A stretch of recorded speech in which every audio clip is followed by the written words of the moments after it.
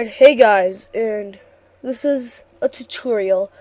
Yes, this is a Photoshop CS5 tutorial, and I got a request from in my inbox. Someone asked me, I think their name is eclaw405.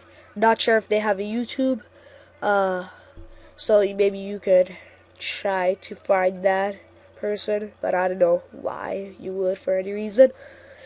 So, they wanted to know, how can you render in Photoshop CS5? And I had many people ask me this, so I'm going to use this cookie as my example. And render is the same as cutting out an object, so you can make it the only thing appearing there. So, let's start. First, you need to make sure that whatever you pick is not locked. For example, like that. So here, let me prove it to you. If I open a file, I got a picture from the internet I want to post it. I posted its URL, I enter it. And then I want it to load. And then you see this lock? That means it's locked, and whoever created this cookie picture doesn't want us to have access to it. So that's why you need access to the cookie picture so you can get to these options.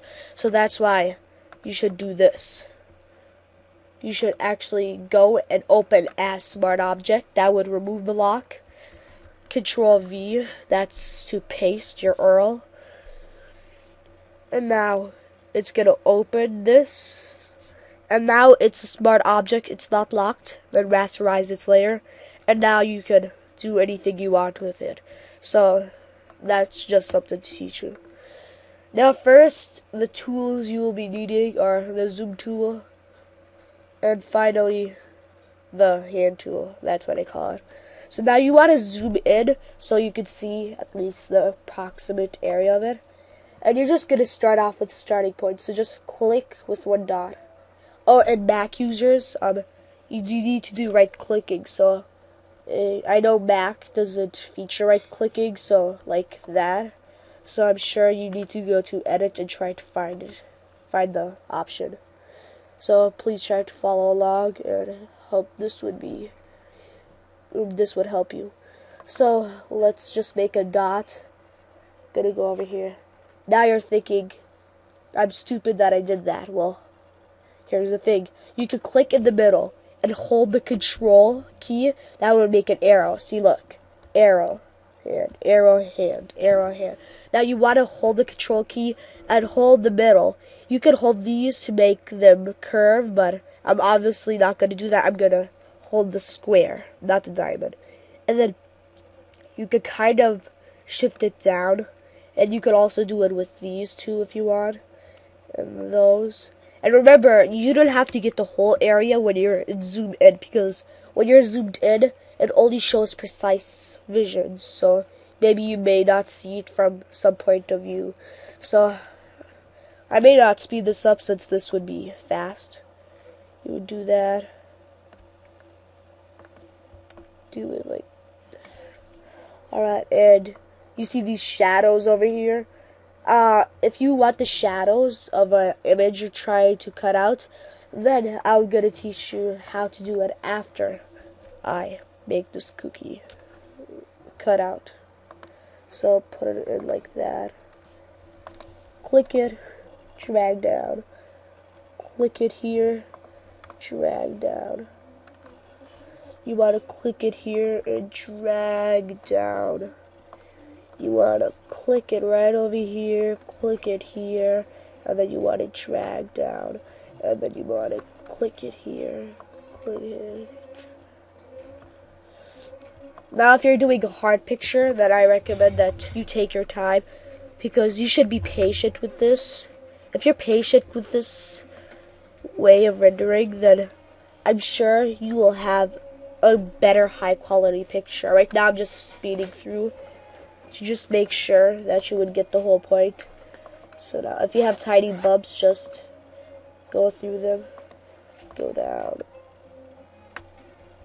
control, Alright, I got the cookie. Now you're asking me, or telling me, how would I cut this out? Well, first you need to make a duplicate layer on the same function. So make a copy, or whatever you want to name it. Cookie copy example. That's what I'm gonna name it. I'm gonna make it okay. Now you're gonna need to make create a vector mask. Once you create a vector mask, you would do that. You would uncheck it. And then I probably think you would delete that. Now after that, you have this. Now you have the blank cookie. And now you can just rasterize the layer, I believe. And then there. So you now have the cookie. Well, whatever picture you have. Now you're asking me, how can I make the shadow for it? Well, that's simple. You just need to go and click blending options. Right click it, blending options. And this will show up. This is kind of another lesson too. You would click drop shadow and you notice a shadow around it. So with drop shadow, you could change the angle to make it into another distance. So the angle is pointing back to the left bottom corner, and the distance can change where it is. You can notice that, right? So I'm gonna make the cookie like that. You can spread its distance, but I recommend you to choose too much height. Yeah, so you can do that shadow.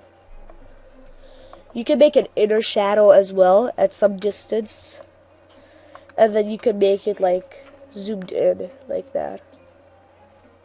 You can also change the shadow color. So what if maybe you want brown? So you would go down here, brown, like this. That would make the cookie look like it's much browner. You notice that, right? So like you could do it like that.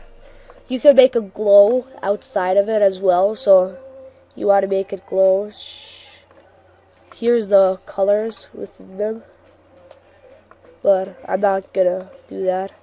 You could also use this bevel and emboss. So you may think that looks ugly now, but if you make a pillow emboss and then you change the depth, that would look very nice, I think. So, and a stroke would look weird on this, so you just need to take that off.